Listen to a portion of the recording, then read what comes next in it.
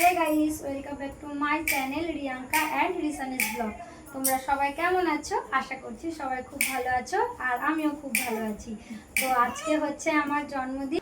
তো আজকের ব্লগটা আমি সন্ধ্যে থেকে আরম্ভ করলাম। আজকে আমার জন্মদিনের মেনুতে ছিল বিরিয়ানি। তো ঠাম্মা দেখো এখানে বিরিয়ানির সব কিছু কাটতে বসে পড়েছে, আর দিদা বিরিয়ানির আলুটাকে ঠিক করছিল, আর আমার বরমশাই বার্থডের কেজ বানাচ্ছিল। তো দেখো আজকে সন্ধ্যেবেলায় কিন্তু আমার টিউশনও পড়ানো ছিল, তো আমি টিউশনিও পড়াতে বসে পড়েছি।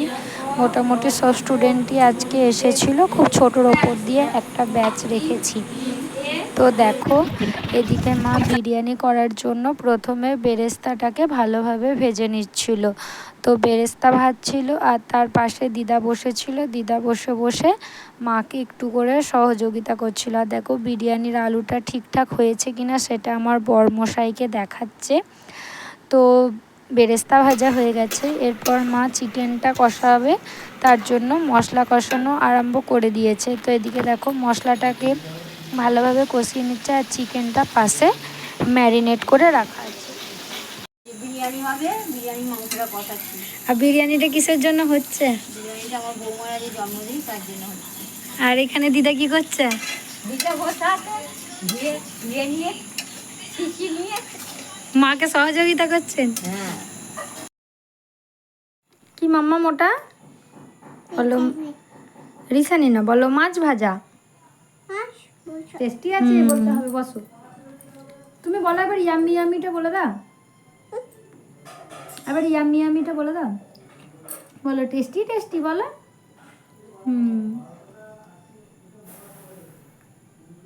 বলো টেস্টি টেস্টি।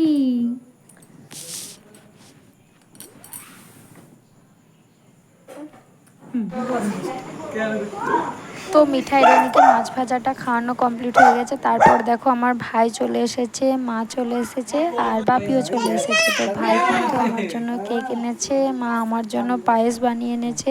আর মিঠাই দেখো ওর দিদুনকে আর দাদানকে আর মামাইকে পেয়ে কতটা খুশি। দাদানের গাড়ির চাবিটা নিয়ে আগে রেখে দিচ্ছে, যদি দাদান পালিয়ে যায় তার জন্য ও আগে নিয়ে রেখে দিল, যাতে না দাদান দিদুন আর ওর মামাই যাতে না যেতে পারে তার জন্য।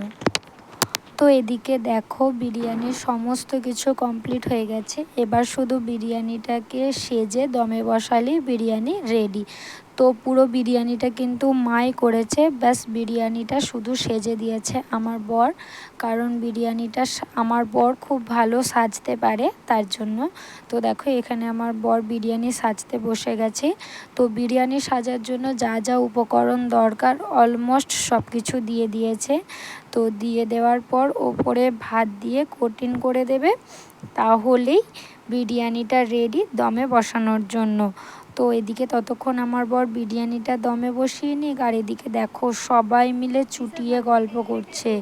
ঠাকুমা, আমার মা, দিদা, বাপি, ভাই, ওদিকে সবাই গল্প করছে। তো সব মিলিয়ে আজকে সন্ধ্যাটা কিন্তু খুবই সুন্দর কেটেছে। তো এদিকে দেখো বিরিয়ানিটা সাজা হয়ে গেছে, এরপর আটার লেচি করে দিয়ে দিচ্ছে যাতে না ভাপটা বেরিয়ে যায়। তো দেখো এদিকে কাঠকয়লা দিয়ে দিচ্ছে ওপরে, কাঠকয়লা দিয়ে দেওয়া হয়ে গেল, তারপরে বিরিয়ানিটা দমে বসিয়ে দিয়েছে। তো এবার হচ্ছে কেক কাটিংয়ের পালা। তো কেক কাটিং করার জন্য আমি একটা ড্রেসও পরে নিয়েছি। এই ড্রেসটা কিন্তু আমার ভাই দিয়েছে দুর্গাপুজোতে। তো আমার যেহেতু বার্থডেটা দুর্গাপুজোর কদিন আগেই, তো তার জন্য এই ড্রেসটাই পরে নিলাম। তো এই ড্রেসটা পরেই কেক কাটিং করতে বসে পড়েছি।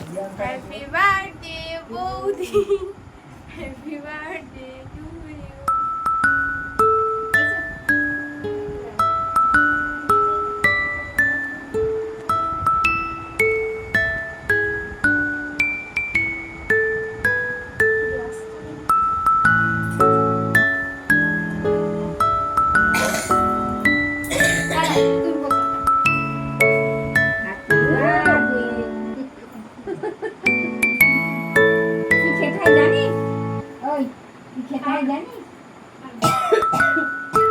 বাবা একটুখানি নিয়ে সবাইকে দিচ্ছি। এরা সবাই সবাই একটু খাতা করে না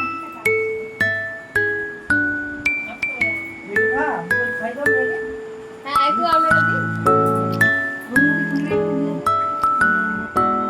কাটবে করে না, আবার কাটবে একটু কাটবে।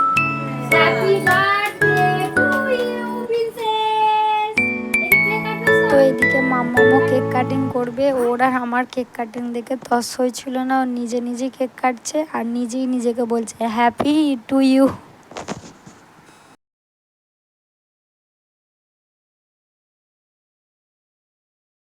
এদিকে দেখো আমার বড়বাবু আমাকে পায়েস খাইয়ে দিচ্ছিল আর পাশ থেকে সবাই বলছিল যত ভাব আর এদের তত ঝগড়া।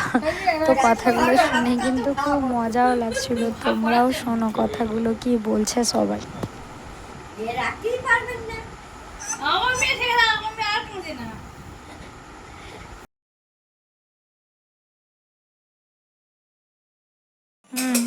এটা কি খাচ্ছ তুমি? কি খাচ্ছ? তো কেক কাটিং হয়ে যাওয়ার পর এদিকে আমরা সবাই মিলে বসে পড়েছি বিরিয়ানি খাওয়ার জন্য। আর মা আমাদেরকে বিরিয়ানিটা পরিবেশন করে দিচ্ছিল। তো এদিকে মামাও কিন্তু সবার মধ্যেখানে বসেছে।